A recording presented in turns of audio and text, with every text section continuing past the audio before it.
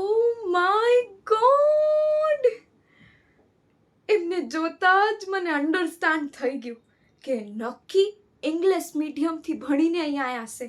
તે જોયું નહીં કેવું ફડફડાટ અંગ્રેજી સ્પીક છે. સાચે જ મને તો એમની હારે લવ થઈ ગયું છે.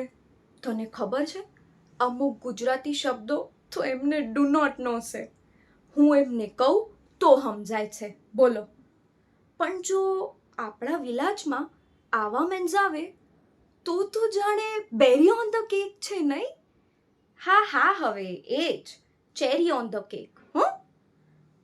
બસ થોડા દિવસો મારે એમની હારે મારી ગો અરાઉન્ડ ફરવા મળે ને તો હું પણ એમના જેવું જ how are you miss Pandya એમ બોલતી થઈ જાઉં.